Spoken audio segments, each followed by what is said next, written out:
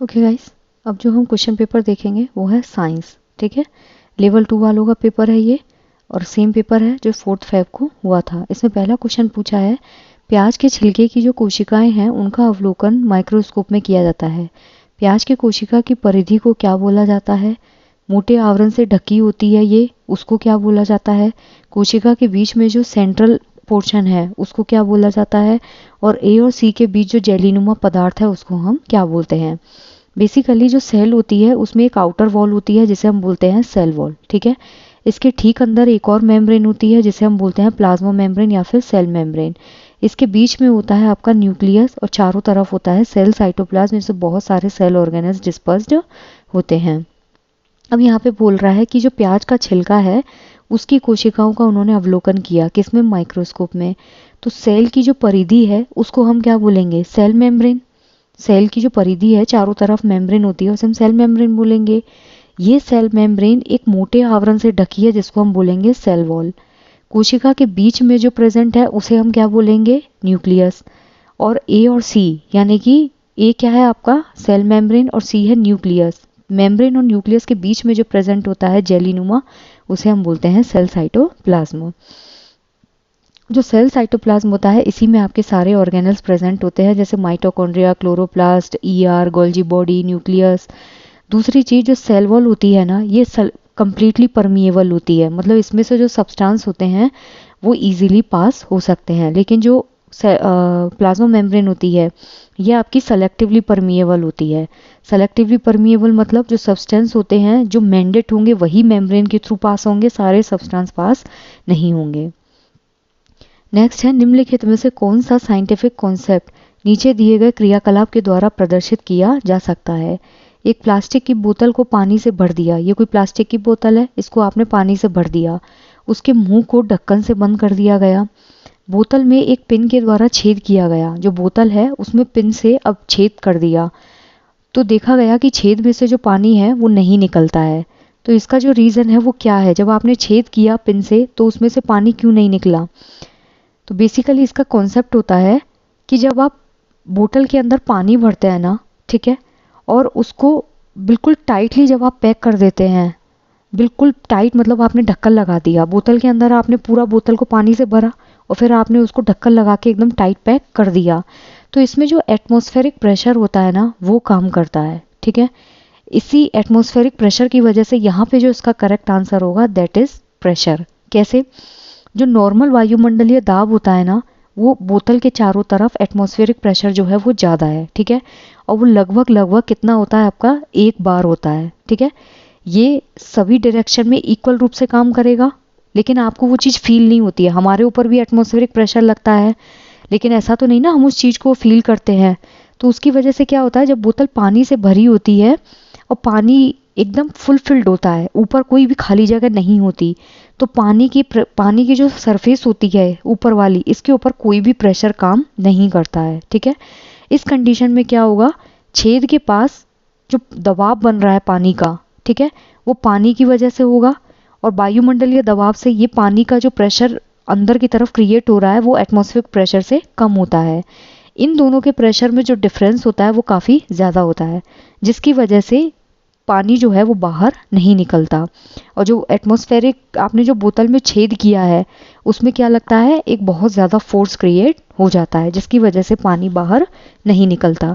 कोई भी चीज़ जो होती है वो हाई टू लो मीडियम जाती है। ठीक है, बाहर एटमॉस्फेरिक प्रेशर ज़्यादा है, जबकि बोतल के अंदर एटमॉस्फेरिक प्रेशर क्या है? कम है। सेम चीज़ हमारे साथ तब होती है जब हम रेलवे ट्रैक वगैरह जो होते हैं उनके पास खड़े होते हैं। ठीक है, एक्सप्रेस ट्रेन गुजरती है, हमें हल्का सा धक्का लगता है। ठीक है, कभी कभी ऐसा लगता है कि इतना तेज धक्का लगेगा कि हम नीचे गिर जाएंगे। ये सब क्यों होता है? एटमॉस्फेरिक प्रेशर की वजह से। तो यहाँ पे जो करेक्ट आंसर होगा ऑप्शन नंबर 3। अब यहाँ पे पूछा है, light from a laser torch is made to fall one by one on a prism and a glass slab. जो लाइट प्रिज्म है उसको किसके ऊपर गिराया है? लेजर टॉर्च जो है उसको प्रिज्म के ऊपर गिराया है और ग्लास स्लैब के ऊपर गिराया है। तो कौन सी प्रोसेस इसमें होगी? डिस्पर्जन होगा? नहीं। रिफ्रैक्शन? बिल्कुल सही। Refraction, dispersion? डिस्पर्जन इसमें होगा ही नहीं। डिस्पर्जन होता है स्कैटरिंग ऑफ लाइट। जब किसी भी सरफेस के ऊपर आप एक लाइट को गिराते हैं तो प्रकाश जो है वो विसरित हो जाता है। लेकिन यहाँ पे क्या होगा, अपवर्तन होगा और इसमें भी अपवर्तन होगा। बेसिकली जो रिफ्रैक्शन होता है ना, दिस प्रोसेस स्टेट्स कि जब कोई भी लाइट किसी भी ऑब्जेक्ट पर गिरती है तो वो क्या हो जाती है, बेंड हो जाती है। जो नॉर्मल होता है या तो उसकी तरफ जाएगी या फिर नॉर्मल से दूर हट जाती है। कैसे, जब light dense to rare medium जाती है, यानी कि सघन माध्यम से जब लाइट विरल माध्यम में जाती है तो क्या होगा, नॉर्मल से ये दूर हट जाएगी। ठीक है, नॉर्मल से क्या होगा, दूर हटेगी।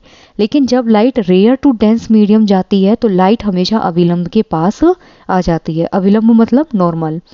आई रिपीट, जब light dense to rare medium जाती है तो अभिलंब से दूर हट जाएगी, लेकिन जब light rare to dense medium आती है तो अभिलंब के पास आती है।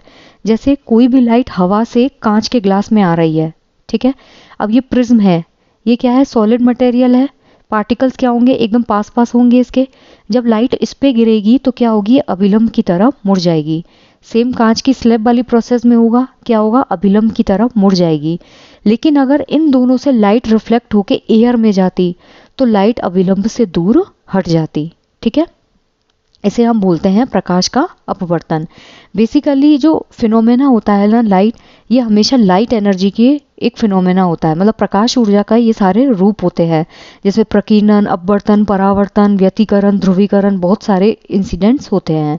तो बेसिकली अपवर्तन वो इंसिडेंट होता है जिसमें लाइट जो होती है, ठीक है, लाइट एक मीडियम से किस में जाती है, दूसरे मीडियम में। जैसे डेंस मीडियम से किस में गई, रेयर मीडियम में, तो मीडियम चेंज हुआ, यहाँ पे रेयर टू डेंस गई, मीडियम चेंज हुआ। जब मीडियम में जाएगी तो वो लाइट बेंड हो जाती है। मैंने समझाया था अभी, डेंस से रेयर में जाएगी तो अभिलंब से दूर हट जाएगी, लाइट बेंड हुई, और अगर रेयर टू डेंस जाती है तो अभिलंब की तरफ मुड़ जाती है। क्लियर है, इसे हम बोलते हैं प्रकाश का अपवर्तन। और ये बेसिकली होता क्या है, घनत्व के अंतर के कारण होता है। जो डेंस मीडियम होता है इसका घनत्व हमेशा ज़्यादा होगा, और जो रेयर मीडियम होता है इसका घनत्व कम होता है। नेक्स्ट है, पौधे के द्वारा कार्बन डाइऑक्साइड तथा जल का सूर्य के प्रकाश की उपस्थिति में प्रयोग करके भोजन के उत्पादन में किस प्रकार की अभिक्रिया का उपयोग होता है। ठीक है, बेसिकली यहाँ पे पूछा है कि जो CO2 गैस यूज़ होती है और जो वाटर यूज़ होता है लाइट की प्रेजेंस में, तो वो पत्तियाँ जो है वो भोजन बनाती हैं, तो उसमें कौन सी प्रोसेस जो होती है वो यूज़ होती है। तो इसका जो करेक्ट आंसर होगा that is your combination reaction. ठीक है, जो कॉम्बिनेशन रिएक्शन होती है इसमें क्या होता है, दो या फिर दो से ज़्यादा सब्सटेंस जो होते हैं वो एक सिंगल सब्सटेंस को बनाने के लिए यूज़ होते हैं। कैसे, मतलब दो रिएक्टेंट्स जो होते हैं वो आपका एक सिंगल प्रोडक्ट बनाते हैं। R + R form single product. कैसे होगा, यहाँ पे CO2 जो है वो एक रिएक्टेंट है, ये हो गया आपका CO2। यहाँ पे वाटर आपका एक रिएक्टेंट है, ये हो गया वाटर, किसकी प्रेजेंस में, सूर्य की प्रेजेंस में। ठीक है, H∣। अब ये क्या बना रहा है, भोजन, क्या बनेगा, C6H12 और O6। बेसिकली प्लांट के अंदर क्या बनता है, स्टार्च। क्लियर है, और ये क्या रिलीज कर देंगे, ऑक्सीजन को रिलीज करते हैं। ठीक है, जो न्यूट्रलाइजेशन रिएक्शन होती है उसमें रिएक्टेंट जो होते हैं और प्रोडक्ट जो होते हैं वो नलिफाई हो जाते हैं। डीकम्पोजिशन रिएक्शन में क्या होता है, सिंगल जो रिएक्टेंट होता है वो आपके दो प्रोडक्ट्स बनाता है। डिस्प्लेसमेंट रिएक्शन में क्या होता है, हाईली रिएक्टिव एलिमेंट जो होता है वो लेस रिएक्टिव एलिमेंट को डिस्प्लेस कर देता है। और कॉम्बिनेशन रिएक्शन क्या होती है, इसे हम सिंथेसिस रिएक्शन भी बोलते हैं। कौन सी रिएक्शन बोलते हैं इसे हम, सिंथेसिस रिएक्शन। ये बात याद रखिएगा, जो संयुक्त अभिक्रिया होती है उसे हम सिंथेसिस रिएक्शन भी बोलते हैं। बेसिकली इसमें A reactant plus B reactant forms a single component that is AB। Clear. Next है question number 5। How can a saturated solution of copper sulphate be made to dissolve more of copper sulphate. Copper sulphate है, इसका formula होता है CuSO4। इसका कोई saturated क्या है, solution. अब बोला है सैचुरेटेड सोल्यूशन में और ज़्यादा कॉपर सल्फेट मिलाना है, तो क्या ऐसा करें कि कॉपर सल्फेट और ज़्यादा इसमें मिला सके। जब कोई सैचुरेटेड सोल्यूशन होता है ना तो उसमें जो सॉल्यूट होता है वो एक इनफ क्वांटिटी में सॉल्वेंट के अंदर प्रेजेंट होता है। बेसिकली पहले आप समझिए सोल्यूशन क्या होता है। सोल्यूशन होता है आपका सॉल्यूट प्लस सॉल्वेंट। सॉल्वेंट होता है लिक्विड सॉल्यूशन कोई भी जिसके अंदर आप सॉल्यूट मिलाते हैं। जैसे लेट सपोज हम शिकंजी बनाते हैं तो पानी जो होता है हमारा वो क्या होगा, सॉल्वेंट, और जो चीनी और नींबू हम डालते हैं वो क्या होता है हमारा, सॉल्यूट। तो बेसिकली इसमें सॉल्यूट क्या होगा, चीनी, सॉल्वेंट क्या होगा, पानी। लेट्स सपोज हमने 1 गिलास पानी लिया, इसके अंदर 40-50 चम्मच हमने चीनी डाल दी, तो सॉल्यूशन कैसा हो जाएगा, सैचुरेटेड। उसके बाद उसमें चीनी नहीं घुलेगी, चीनी के क्रिस्टल्स रिमेनिंग रह जाएंगे। लेकिन अगर हम सॉल्यूशन को गर्म कर दें तो क्या होगा, जो सॉल्यूशन आपने बनाया है इसके पार्टिकल्स जो हैं उनके बीच में डिस्टेंस क्रिएट हो जाएगी, ठीक है।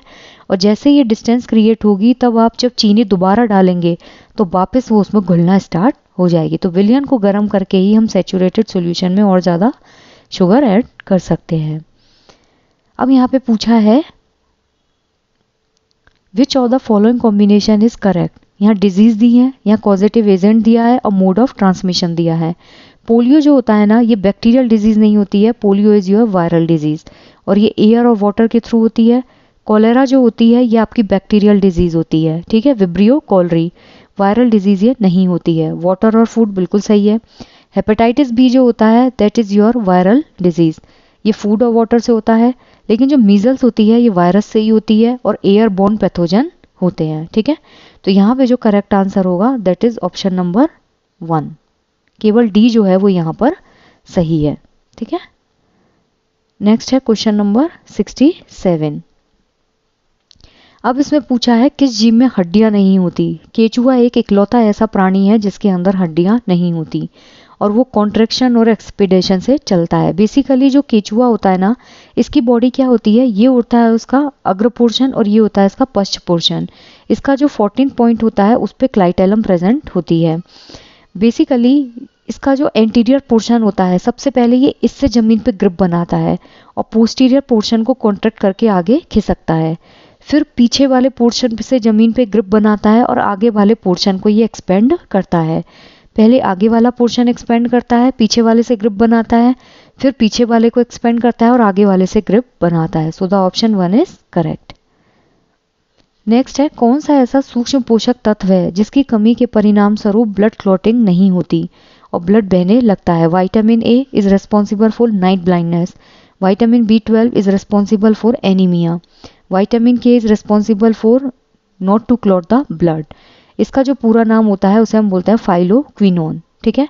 विटामिन B1 जो होता है इसे हम बोलते हैं बेरी। जो विटामिन ए होता है इसमें रेटिनॉल डिजीज हो जाती है। B12 जो होता है और B9 जो होता है ये दोनों ही ये फॉलिक एसिड की कमी की वजह से होता है और ये आपका साइनोकोबाल्मिन। जब कोबाल्ट जो होता है ब्लड में कोबाल्ट की कमी होने लगती है जिसकी वजह से बॉडी एनीमिक होगी। यहाँ पे रक्त का थक्का ठीक से नहीं बनना पूछा है, वो होता है आपका विटामिन के। जो लीवर होता है ना, इसके अंदर बॉडी के अंदर 4 एलिमेंट्स ऐसे होते हैं विटामिन जो बॉडी के अंदर खुद ही स्टोर्ड रहते हैं। विटामिन के, vitamin E, vitamin D and vitamin A. ये फैट सॉल्यूबल क्या होते हैं आपके विटामिन प्रेजेंट होते हैं। जो विटामिन डी होता है और विटामिन ए होता है ये आपके लिवर में स्टोर्ड रहते हैं, ठीक है। ये जो चारों विटामिन है ये आपको अंदर मतलब बाहरी फॉर्म में इनटेक नहीं करने पड़ते हैं, ये बॉडी में प्रेजेंट होते हैं। लेकिन जो विटामिन सी होता है ये आपको बाहर से लेना पड़ता है, ठीक है। विटामिन डी सनशाइन विटामिन होता है, ये लिवर में स्टोर रहता है। और विटामिन ए जो होता है ये भी आपका लिवर में स्टोर रहता है। जिन लोगों को लिवर सिरोसिस हो जाता है, यानी कि जो लोग बहुत ज़्यादा अल्कोहल लेते हैं उनका लिवर जो है वो ब्लीड करने लगता है, जिसकी वजह से इन लोगों में इन विटामिन का स्टोरेशन नहीं हो पाता। यहाँ पे पूछा है जब अम्ल ए को क्षार बी में डाला है तो क्या बना, सी कंपाउंड, जिसके साथ बहुत ज़्यादा मात्रा में ऊष्मा उत्पन्न हुई। सी का यूज प्लास्टर ऑफ पेरिस होता है आपका CaSO4.12H2O, इसको बनाने के उत्पादन में किया जाता है। और जो प्लास्टर ऑफ पेरिस है यहाँ पे सबसे पहले हमें एसिड ए मालूम करना है जिसको किस में डाला है, बेस बी में। तो क्या बना, सी कंपाउंड, जिसमें बहुत ज़्यादा हीट जनरेट हुई और ये सी कंपाउंड आपका प्लास्टर ऑफ पेरिस बनाने के काम में आया। सी कंपाउंड देखिए एल्यूमिनियम क्लोराइड AlCl2 कभी भी आपका प्लास्टर ऑफ पेरिस नहीं बना सकता। एल्यूमिनियम सल्फेट Al2SO4 ये आपका कभी भी कैल्शियम सल्फेट नहीं बनाएगा। कैल्शियम क्लोराइड CaCl2 जो है ये आपका प्लास्टर ऑफ पेरिस नहीं बनाएगा। लेकिन जो कैल्शियम सल्फेट होता है CaSO4 ये क्या करेगा, आपका प्लास्टर ऑफ पेरिस बनाने के काम में आता है, ठीक है। अब यहाँ पे अम्ल ए कौन सा होगा आपका? Hydrochloric acid, sulphuric acid, hydrochloric acid और सल्फ्यूरिक एसिड। ऑब्वियसली क्या होगा? Sulphuric acid. यहाँ पे बी में क्षार बी क्या है? चूने का पानी। चूने का पानी होता है आपका कैल्शियम हाइड्रोक्साइड, ठीक है। यानी कि जब H2SO4 जो होता है, इसकी रिएक्शन, इसको हमने किस में डाला? कैल्शियम हाइड्रोक्साइड में, ठीक है। तो क्या बनाएगा ये? Calcium sulphate CaSO4। और क्या बनेगा? CaSO4 से plaster of Paris. I just hope कि आपको ये चीज़ क्लियर हुई है। तो 69 का करेक्ट आंसर होगा ऑप्शन नंबर 4। सल्फ्यूरिक एसिड को जब हम CaOH का होल ट्वाइस में डालते हैं तो क्या बनता है आपका? कैल्शियम सल्फेट, जिसे हम बोलते हैं CaSO4। सल्फ्यूरिक एसिड है H2SO4 प्लस CaOH का होल ट्वाइस। यहाँ पे बनेगा CaSO4, ये दोनों आपस में रिएक्ट करेंगे, ठीक है। H2 रिलीज होगा और OH रिलीज होगा, ठीक है। वाटर जो है वो रिलीज होगा और हीट निकल रही है, तो वो हाइड्रोजन और पानी की वजह से हीट रिलीज होती है। अब पूछा है कौन सी विधियां हैं जिनका यूज नेप्थलीन और नमक के मिश्रण को सेपरेट करने के लिए किया जा सकता है। यहाँ जो प्रोसेस मेंशन्ड हुई है, इसमें सबसे पहला है आपका डिकेंटेशन, निथारना, आसवन और वाष्पीकरण। जो डिस्टिलेशन प्रोसेस होती है ना, वो दो लिक्विड सब्सटेंस के लिए यूज में होता है, जबकि यहाँ पे दोनों क्या है? Solid substance. तो इस केस में हम क्या करेंगे? या तो सब्लिमेशन प्रोसेस होगी, ठीक है। जो सब्लिमेशन प्रोसेस जो होती है, इसमें सॉलिड से गैस में कन्वर्जन होता है, लिक्विड फेज इसमें नहीं होती है। तो नेप्थलीन क्या होता है आपका? Sublimated agent. और नमक के मिश्रण से इसको अलग करना है तो सब्लिमेशन तो होगा ही होगा। यहाँ भी सब्लिमेशन है, यहाँ भी सब्लिमेशन है, लेकिन ये तो गलत हो गया। यहाँ पे पूछा है इवेपोरेशन। इवेपोरेशन के थ्रू भी हम इसको अलग कर सकते हैं, क्योंकि नमक नीचे रह जाएगा और ये उड़ जाएगा। तो यहाँ पे वाष्पीकरण नहीं है, ये गलत हो जाएगा। छान कर तो हम कर ही नहीं सकते, ठीक है। फिर है यहाँ पे निथारना, यानी कि डिकेंटेशन। तो यहाँ पे होगा सब्लिमेशन, डिकेंटेशन और वेपोराइजेशन। तो इसका करेक्ट ऑप्शन होगा ऑप्शन नंबर 2। सब्लिमेशन में सॉलिड से किस में कन्वर्ट होता है? डायरेक्ट गैस में। नेप्थलीन क्या होगा? नमक तो नीचे बैठ जाएगा और ये नेप्थलीन जो है वो सब्लिमेट होकर के उड़ जाएगा। डिकेंटेशन प्रोसेस होती है जिसमें द्रव और ठोस जो होते हैं उनको क्या करते हैं? हम अलग अलग करते हैं। दोनों द्रव लिक्विड जो होते हैं उनमें कम घनत्व वाला जो है वो तो नीचे जम जाता है, मतलब सेडिमेंटेशन प्रोसेस होगी, नीचे की तरफ जम जाएगा, उसको हम बाहर निकाल देते हैं। और जो डेंस होता है वो क्या रहेगा? पीछे रह जाता है।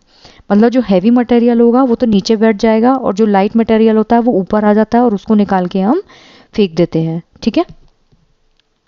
और इवेपोरेशन प्रोसेस में क्या होगा? कोई एक चीज जो होती है वो इवेपोरेट होके उड़ जाती है। तो यहाँ पे करेक्ट आंसर होगा आपका ऑप्शन नंबर 2। किसी भी इमारत की छत से भूमि की ओर गिरने वाले सिक्के की गति लगातार क्यों बढ़ती है? किसी भी इमारत की छत से भूमि की ओर गिरने वाले सिक्के की जो गति है वो लगातार क्यों बढ़ती है? सिक्का बहुत हल्का होता है, पृथ्वी सिक्के को आकर्षित करती है, सिक्के पर कोई बल कार्य नहीं करता और वायु सिक्के को धकेलती है। तो यहाँ पे इसका जो करेक्ट आंसर होगा उसमें क्या होता है? ग्रेविटेशनल फोर्स जो होता है, ग्रेविटेशनल फोर्स की वजह से जो कॉइन है उसको जो अर्थ है वो क्या करेगी? अट्रैक्ट करने लगेगी, ठीक है। इस केस में क्या होगा? जी की जो वैल्यू होती है वो धीरे धीरे यहाँ पे इंक्रीज होती जाएगी। तो इसका जो करेक्ट आंसर होगा ऑप्शन नंबर 2। जो पृथ्वी है वो क्या करेगी? सिक्के को आकर्षित करने लगती है, जिसकी वजह से सिक्का जैसे जैसे धरती के पास आता है वैसे वैसे उसकी गति जो है वो लगातार बढ़ती जाती है। क्लियर? क्योंकि F का फॉर्मूला क्या होता है? F is directly proportional to mm/r²। तो F is equal to gmm/r²। ये इनवर्सली प्रोपोर्शनल किसके होता है? Earth of radius, radius of earth, ठीक है। अब यहाँ पे है AB और CD जो है वो दो बार्स हैं, यानी कि दो ऐसी छड़ हैं जिसमें A जो है वो C को रिपेल कर रहा है, B जो है C के साथ अट्रैक्ट हो रहा है, B और D जो है वो एक दूसरे को रिपेल कर रहा है। ये दो छड़ हैं, ठीक है। एक है A और B, दूसरी छड़ है C और D। यहाँ पे बोला A और C एक दूसरे को रिपेल कर रहे हैं, ये दोनों एक दूसरे को रिपेल कर रहे हैं क्योंकि सेम पोल है। अब है B और C एक दूसरे को अट्रैक्ट कर रहे हैं, ये अपोजिट पोल हैं, अपोजिट अट्रैक्ट्स। B और D जो है वो एक दूसरे को रिपेल कर रहे हैं, सेम पोल हो गया। तो ऑब्वियसली ये दोनों क्या होंगी, चुंबक हैं। ए बी और सी डी दोनों क्या हैं, चुंबक। So the option 3 is correct. Clear? क्योंकि इस चुंबक में क्या प्रॉपर्टी होती है, जो समान पोल होता है वो एक दूसरे को रिपेल करते हैं और जो अपोजिट पोल्स होते हैं वो एक दूसरे को अट्रैक्ट करते हैं। निम्नलिखित में से किस अभिक्रिया के घटित होने की संभावना सबसे कम है? 2Al chromium oxide, 2Cr aluminium, Al2O3, Cu plus 2H2O, CuH का whole twice H2, Cl2 plus NaBr, Br2 plus 2NaCl, 2KCl plus Br2, Cl2 plus 2KBr। तो यहाँ पे एल्यूमिनियम जो है वो किसको रिप्लेस करेगा, क्रोमियम को। तो यहाँ पे क्रोमियम अलग हो गया और एल्यूमिनियम जो है वो ऑक्सीजन के साथ कंबाइन हो गया। बिल्कुल सही है, ये तो होगा। कॉपर जो है वो किसके साथ रिएक्ट करेगा, OH के साथ, और हाइड्रोजन को रिलीज कर देगा, क्योंकि कॉपर क्या है। इस क्वेश्चन को सॉल्व करने के लिए आपको रिएक्टिविटी सीरीज जो है वो मालूम होनी चाहिए। ठीक है, रिएक्टिविटी सीरीज जो है उसमें क्या होगा, जो हाईली रिएक्टिव एलिमेंट होता है वो लेस रिएक्टिव एलिमेंट को क्या करता है, रिमूव कर देता है, जिसकी वजह से हाईली रिएक्टिव दूसरे कंपाउंड के साथ बाइंड अप हो जाता है। अब यहाँ पे अगर हम थर्ड देखें, Cl2 प्लस NaBr, तो यहाँ पे क्लोरीन जो है वो किसको रिप्लेस कर देगा, मतलब ये क्लोरीन सोडियम के साथ बाइंड अप हो जाएगा और ब्रोमीन को ये रिलीज कर देगा। यहाँ पे पोटेशियम और क्लोरीन है, ये ब्रोमीन है। जो क्लोरीन है इसमें क्या होगा, क्लोरीन सिंगल रह जाएगा, जबकि क्लोरीन हाईली रिएक्टिव होता है एज कंपेयर टू ब्रोमीन। तो ये जो होगा सबसे लीस्ट रिएक्टिव सीरीज होगी। अगर रिएक्टिविटी सीरीज आपको मालूम करनी हो तो रिएक्टिविटी सीरीज में सबसे पहले क्या होता है, आपका पोटेशियम जो होता है वो हाईली रिएक्टिव एलिमेंट होता है। ठीक है, पोटेशियम सबसे ज़्यादा रिएक्टिव एलिमेंट होता है और जो प्लेटिनम होता है वो सबसे लीस्ट रिएक्टिव एलिमेंट होता है। इसकी सीरीज होती है, पोटेशियम के बाद आई थिंक सोडियम होता है, फिर लिथियम होता है, फिर बेरियम होता है, फिर स्ट्रोंशियम है, फिर कैल्शियम है, magnesium, aluminium, manganese, zinc, chromium, iron, cadmium, cobalt, nickel, tin, lead, hydrogen, antimony, bismuth, copper, mercury, silver, gold, platinum. तो यहाँ पे क्लोरीन है, क्लोरीन हाईली रिएक्टिव है और ब्रोमीन लेस रिएक्टिव है। तो ब्रोमीन जो है वो क्लोरीन को रिप्लेस नहीं कर सकता। Clear? So the option 4 will be less reactive. Why does a paper cup containing water not catch fire when heated with a candle placed below it? जल से भरा एक कागज है, ठीक है, कागज का क्या है, कप है, पानी से भरा हुआ है। इस कप के नीचे मोमबत्ती रख के गर्म करा तो उसमें आग क्यों नहीं लगी? ठीक है, तो इसका जो रीज़न होगा वो क्या होगा कि जो कागज होता है ना वो अपने इग्निशन टेम्परेचर तक नहीं पहुंचता। हमने कप को क्या कर रखा है, पानी से पूरा भर रखा है। पानी से पूरा भरने पे क्या होगा, जब आपने पेपर कप लिया, इसमें पानी भर दिया, ठीक है, पानी भरने पे क्या होगा, नीचे से हमने कैंडल को जलाया, कैंडल जलाने पर इसमें मतलब इसमें आग नहीं लगी। तो क्यों नहीं लगी, इग्निशन टेम्परेचर जो होता है ना वो आपका मिनिमम टेम्परेचर होता है। क्लियर? जो इग्निशन टेम्परेचर होगा वो आपका मिनिमम टेम्परेचर होता है, जो कंबशन जो होता है, दहन प्रोसेस जो होती है उसको रिक्वायर करने के लिए ज़रूरी होता है। ठीक है, इसे ही हम इग्निशन पॉइंट बोलते हैं। इग्निशन टेम्परेचर पे ही कोई भी चीज़ जो होती है वो कैच मतलब फायर जो है उसको कैच करती है या फिर जलना स्टार्ट कर देती है। क्लियर है? फायर पॉइंट अलग होता है आपका और इग्निशन टेम्परेचर अलग होता है। जैसे मेल्टिंग पॉइंट होता है, बॉइलिंग पॉइंट होता है, ऐसे ही एक इग्निशन टेम्परेचर होता है, क्यूरिंग पॉइंट होता है। इग्निशन टेम्परेचर ही वो मिनिमम टेम्परेचर है जिस पे कोई भी चीज़ जलना या फिर आग पकड़ना स्टार्ट कर देती है। इसी को ही हम इग्निशन पॉइंट बोलते हैं और ये इसी प्रोसेस पे ही कंबशन स्टार्ट होता है। तो जब आप कागज़ के कप में पानी भर के रख देंगे और नीचे मोमबत्ती लगाएंगे तो उस केस में कागज़ जो है वो अपने इग्निशन टेम्परेचर पर नहीं पहुंच पाता। So the option 2 is correct. अब यहाँ पे आपकी बॉडी के अंदर जो जॉइंट्स प्रेजेंट होते हैं उनको आपको बॉडी में कहाँ कहाँ वो हैं उससे मैच करना है। ठीक है, सबसे पहला है बॉल एंड सॉकेट जॉइंट। ठीक है, जो बॉल और सॉकेट जॉइंट होता है आपका वो कहाँ पे प्रेजेंट होता है, ये बॉल और सॉकेट जॉइंट होता है आपके शोल्डर्स में और दूसरा हिप जॉइंट में। तो इसका जो करेक्ट आंसर होगा joint between arm and shoulder. ठीक है, तो ए का क्या हो जाएगा, 2। भुजा जो होती है और कंधा जो होता है उसके बीच में ही बॉल और सॉकेट जॉइंट प्रेजेंट होता है। बॉल और सॉकेट का मतलब होता है जो आपका पूरा राउंड राउंड घूम सकता है, इस तरह से पूरा राउंड राउंड आप घुमा सकते हो। फिर होता है आपका फिक्स जॉइंट। जो फिक्स जॉइंट होता है ये प्रेजेंट होगा आपका बी का होगा आपका थर्ड, जो अपर जॉ और रेस्ट ऑफ द हेड, ठीक है। आप अपने ऊपर वाला फिक्स जॉइंट वो होते हैं जिनको आप बिल्कुल भी मूव नहीं कर सकते, दे आर कंप्लीटली इमूवेबल। ऊपर वाले जॉ को आप हिला सकते हैं? नहीं। सिर का जो एरिया होता है आपका उसको आप हिला सकते हैं? नहीं। फिर होता है आपका हिंज जॉइंट, हिंज जॉइंट होता है जो आपकी कोहनी में प्रेजेंट होता है और नी में प्रेजेंट होता है, ठीक है। तो ये होगा आपका 1 joint for back and fourth movement of elbow. कब्जा संधि जो होती है, दरवाजों में कब्जे नहीं लगे रहते हैं, आप एक ही डायरेक्शन में दरवाजे को ले सकते हैं, या तो आगे या फिर पीछे। Same goes with elbow joint and knee joint, हम इनको सिर्फ एक ही डायरेक्शन में ले सकते हैं। जो एल्बो होती है वो हमेशा आगे की तरफ ऐसे मुड़ती है, ये आपकी एल्बो है, ये ऐसे जाएगी, जबकि नी जो होता है आपका वो हमेशा पीछे की तरफ जाता है। पाइवोटल जॉइंट जो होता है, जहाँ पे नेक जो होती है वो सिर से बनती है, यानी कि ऐसे इस तरह से ही रखी रहती है, यह आपका नेक पोर्शन है, यहाँ पे आपकी मुंडी ऐसे रखी रहेगी। तो इसका जो करेक्ट आंसर होगा that is your option number 2, ठीक है, सॉरी 3। ए का क्या होगा 2, बी का क्या होगा 3, सी का क्या होगा आपका 1 और डी का होगा आपका 4th। क्लियर? अब है नीचे दिए गए कथन है S1 और S2, इन पे विचार कीजिए और सही विकल्प का चयन कीजिए। जो धात्विक ऑक्साइड होते हैं वो सदैव क्षारीय प्रकृति के होते हैं। प्रकृति से ऋण विद्युतीय होने के कारण धातु जो होती है वो ऑक्सीजन से जल्दी क्रिया करती है। S1 और S2 दोनों सही है, S1 का सही तर्क S2 है, S1 और S2 दोनों सही हैं, लेकिन S1 के लिए सही तर्क S2 नहीं है। S1 सही है, S2 गलत है, S1 और S2 दोनों ही गलत हैं। यहाँ पे क्या होगा आपका, इसका करेक्ट आंसर होगा आपका ऑप्शन नंबर 4।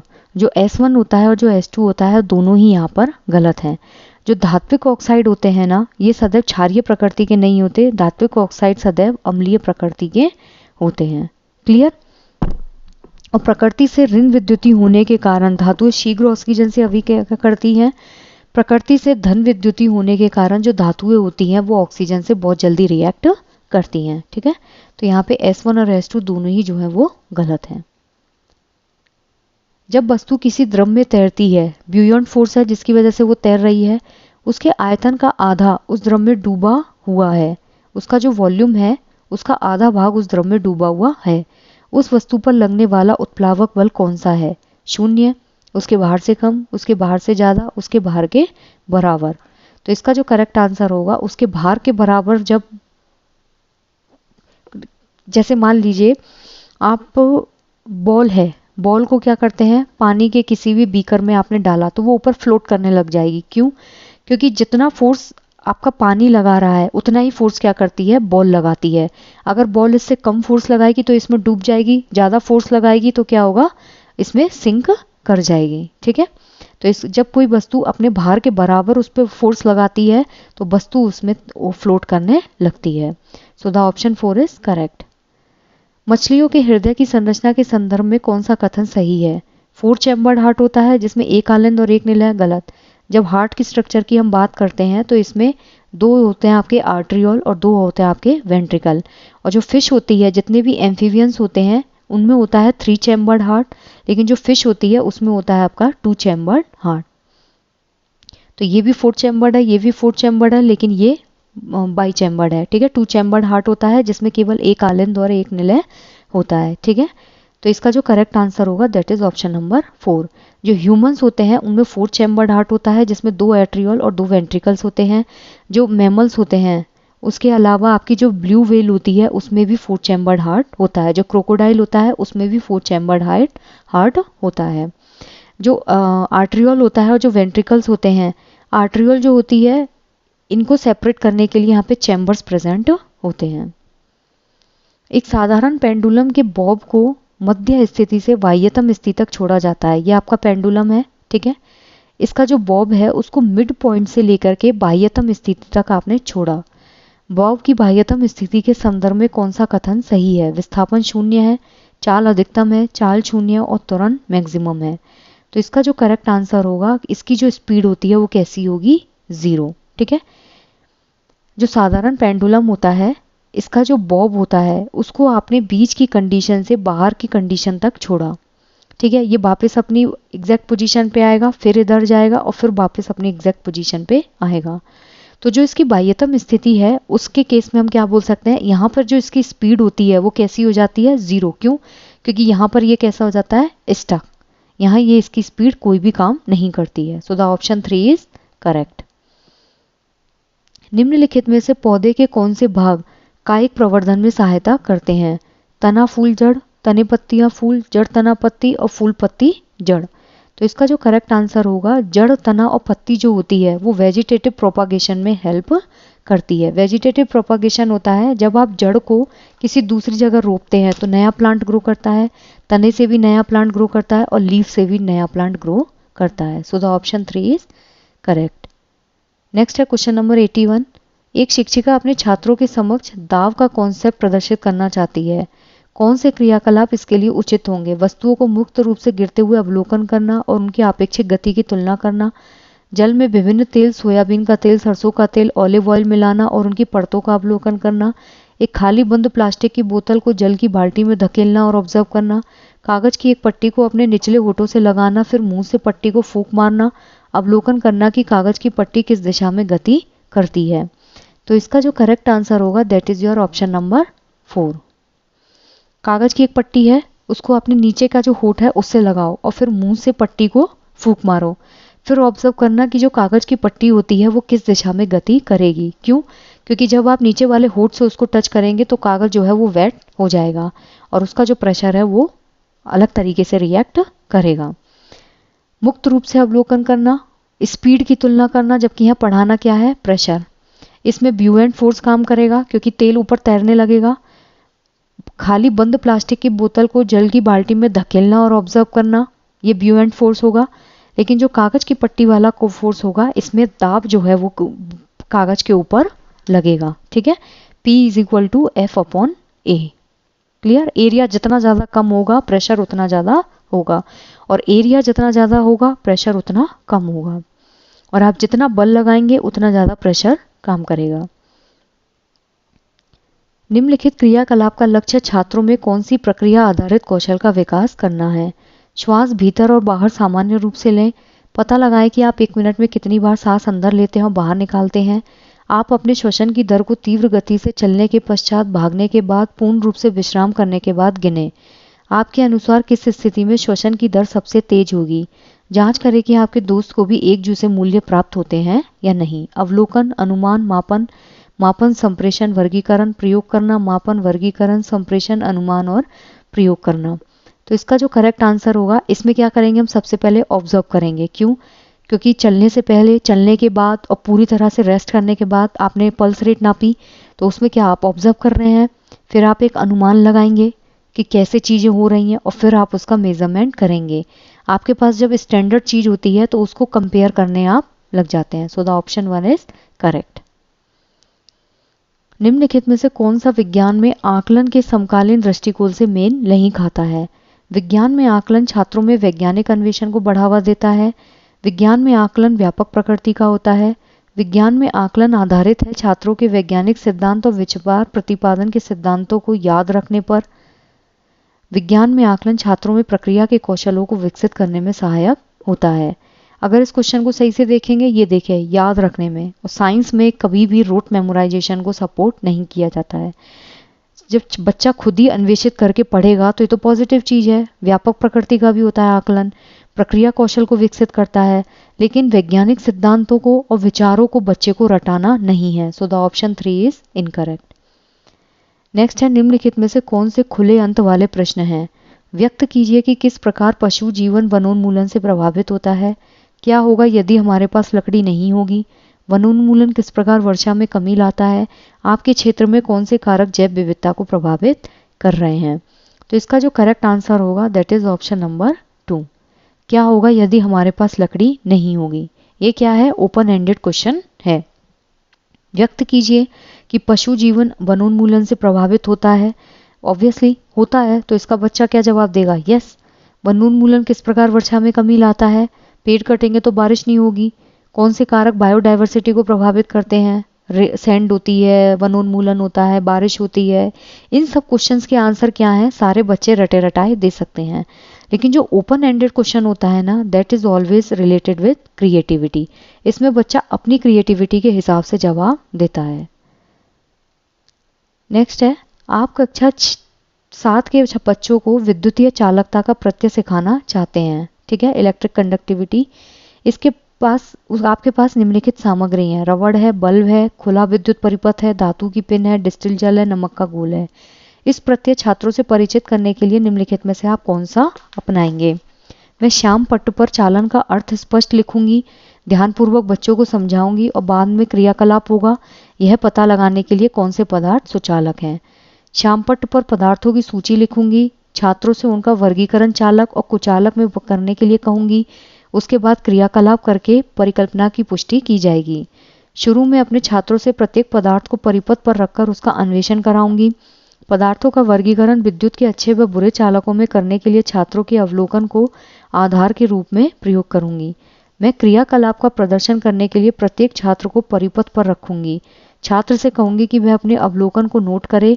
छात्रों को प्रोत्साहित किया जाए कि वे अपने अवलोकन की पुष्टि पाठ्य पुस्तक से करें। तो इसका जो करेक्ट आंसर होगा that is your option number 3। कैसे? शुरू में बच्चों से क्या करना है, हर बच्चे को परिपथ यानी कि सर्किट पे रखना है और बच्चे को बोलना है कि इस सर्किट से आप चीज़ों को खुद डिस्कवर करो। फिर बच्चों से क्लासिफाई करवाना है कि गुड कंडक्टर कौन कौन से होते हैं और बैड कंडक्टर कौन कौन से होते हैं।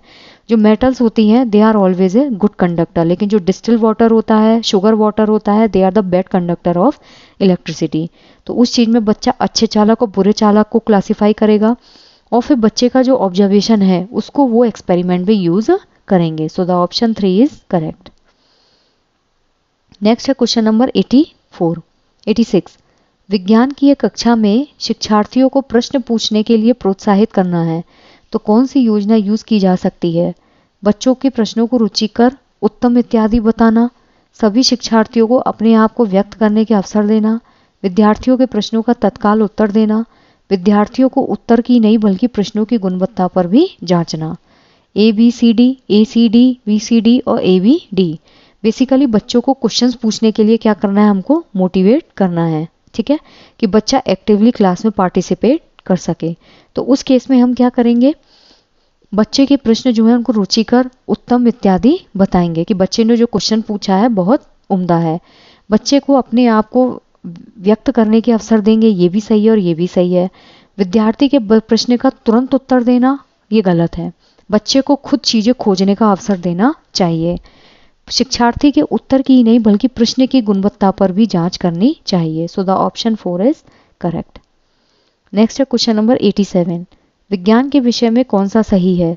वैज्ञानिक ज्ञान को बढ़ाने के लिए प्रयोग करना प्रमुख रास्ता है। विचारों का समर्थन और परिष्कृत करने के लिए प्रयोगाश्रित प्रमाणों का प्रयोग किया जाता है। ध्यानपूर्वक एकत्र किए गए प्रमाणों के फलस्वरूप निश्चित ज्ञान प्राप्त होता है। यथार्थता के सदैव वैज्ञानिक निष्कर्षों का पुनरावलोकन किया जा सकता है। अब यहाँ पे पूछा है आपसे कि कौन सा कथन सही है। वैज्ञानिक ज्ञान को बढ़ाने के लिए प्रयोग करना प्रमुख रास्ता है, नहीं। अगर आपको साइंटिफिक नॉलेज इंक्रीज करनी है तो ये जरूरी नहीं है कि आप साइंटिफिक एक्सपेरिमेंट ही करें। विचारों का समर्थन, ठीक है, जो एम्पिरिकल एविडेंस होता है वो आइडियाज़ को रिफाइन करने के लिए और सपोर्ट करने के लिए ज़रूरी होता है। बिल्कुल सही बात है। जो विचारों का समर्थन करते हैं हम या फिर उनको रीडिफाइन करने के लिए प्रयोगाश्रित प्रमाणों का प्रयोग किया जाता है। ध्यानपूर्वक एकत्र किए गए प्रमाणों के फलस्वरूप निश्चित ज्ञान प्राप्त होता है, ऐसा नहीं है। यथार्थता के लिए सदैव वैज्ञानिक निष्कर्षों का पुनरावलोकन किया जाता है, नहीं। लेकिन जो एम्पिरिकल एविडेंस होते हैं वो हमेशा यूज़ किए जाते हैं साइंस में आइडियाज़ को सपोर्ट करने के लिए। So the option 2 is correct. Next है क्वेश्चन नंबर 88। कक्षा 7 की विज्ञान की NCERT बुक में निम्नलिखित उदाहरण पर विचार कीजिए। अंग्रेज चिकित्सक विलियम हार्वे ने रक्त परिसंचरण की खोज की। उन दिनों में समकालीन राय थी कि रक्त शरीर की नलिकाओं में आगे पीछे घूमता है। उनके विचारों के लिए हार्वे का मजाक उड़ाया गया और उन्हें सर्कुलेटर बुलाया गया। उन्होंने अपने अधिकांश मरीज खो दिए, तथापि उनकी मृत्यु से पूर्व परिसंचरण के बारे में हार्वे के वैज्ञानिक विचार को सामान्य रूप से एक बायोलॉजिकल फैक्ट की स्वीकृति मिल गई। उपर्युक्त में विज्ञान की प्रकृति में कौन से पहलू प्रदर्शित होते हैं? विज्ञान प्रयोगाश्रित प्रमाणों पर आधारित है, विज्ञान प्रायोगिक है, विज्ञान वास्तविक और मूल्य उदासीन है, विज्ञान सामाजिक और सांस्कृतिक रूप से अंतः स्थापित है। ठीक है, इसमें क्या होगा, विज्ञान प्रायोगिक है, बिल्कुल सही बात है। विज्ञान वास्तविक और मूल्य उदासीन है, ये गलत है। विज्ञान प्रयोगात्मक प्रमाणों पर आधारित है, ये भी बिल्कुल सही बात है। और विज्ञान सामाजिक और सांस्कृतिक रूप से अंतः स्थापित है। अब अगर हम इस इंग्लिश में देखेंगे, science is based on empirical evidence, बिल्कुल सही बात है। अभी हमने देखा था कि किसी भी आप कोई भी थ्योरी अगर देख रहे हैं, अगर उसको आपको सही ठहराना है तो आपको अपने एम्पिरिकल एविडेंस को काम में लाना ही पड़ेगा। साइंस इज टेंटेटिव, बिल्कुल सही बात है। साइंस क्या है, टेंटेटिव है। Science is objective and value neutral, science value neutral नहीं होती है। Science is socially and culturally embedded, ये भी सही है। तो इसका जो करेक्ट आंसर होगा ऑप्शन नंबर 4।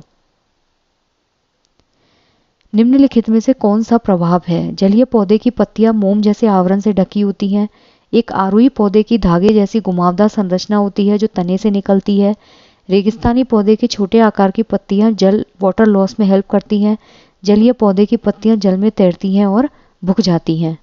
ठीक है, इसका जो करेक्ट आंसर होगा that is your option number 3। जो रेगिस्तानी पौधे होते हैं ना, जितने भी डेजर्ट प्लांट होते हैं, उनकी पत्तियां कैसी होती हैं, कांटों में रूपांतरित हो जाती हैं, जिसकी वजह से वाटर लॉस क्या होता है, कम होता है। तो इसका करेक्ट आंसर है ऑप्शन नंबर 3।